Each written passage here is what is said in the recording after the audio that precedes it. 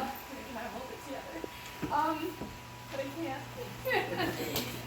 I grew up in a very dysfunctional household, full of abuse, and I found this church, and it was the only thing that I had that was structured. And it was the only situation where I felt loved, and I felt truly like I had a family, because I never had one. And I was just sitting here thinking about how, Kelly made me feel beautiful for the first time in my life as a girl. She helped me pick out a purple dress for a dance, and she showed me how to put on makeup and how to do my hair.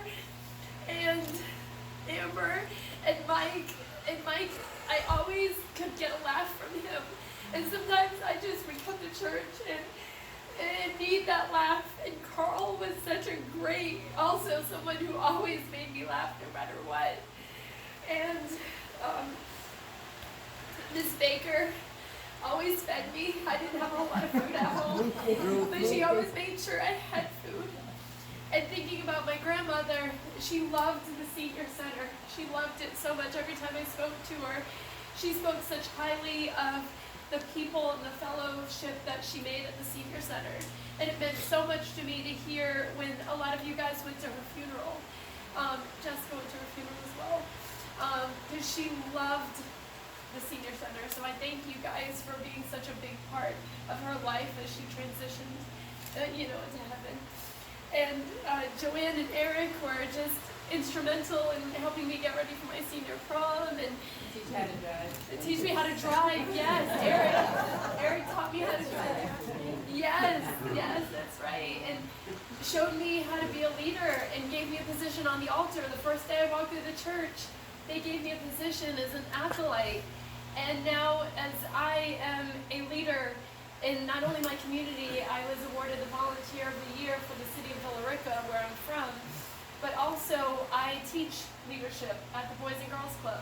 And I could not have done that without you guys. I couldn't be a mother to a lot of my girls who don't have mothers had it not been for people like Amber and Kelly and Joanne who showed me how to be a mother. So I get to be mothers to all of those little girls, and I'm just so grateful that God called me back here because of Jessica and Dave. These are my best friends, and a couple months ago, Dave sent me a message and opened a door to communication.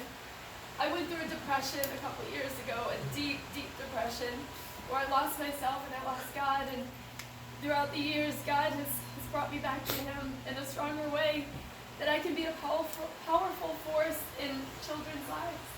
So now I'm a teacher at a middle school and at the Boys and Girls Club, where I've given my life there for the past 16 years. And I would not be standing here today, would not be the woman that I am, had it not been for the love that I received here at St. John, St. Stephen's, and Aletha, and so many people took me under their wing and showed me what it was like to be loved, and showed me how valuable that I am, not only in your lives, but in God's life. And I would not be who I am today without you guys, and I'm just so grateful to be here and to say this to you. Because I never thought I would have this opportunity, so I'm just so grateful. So thank you all for being such a positive light in my life growing up. And Bill showed me how to love music and have a passion for music.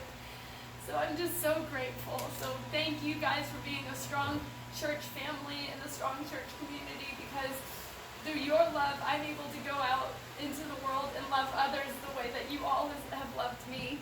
So thank you for that. I'm so grateful.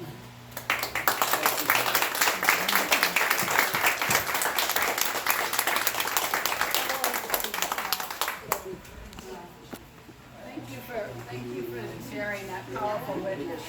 That's such a great thing to hear. Because a lot of times, you really don't know what effect you have on other people, and it's just wonderful to hear that about this community. So thank you.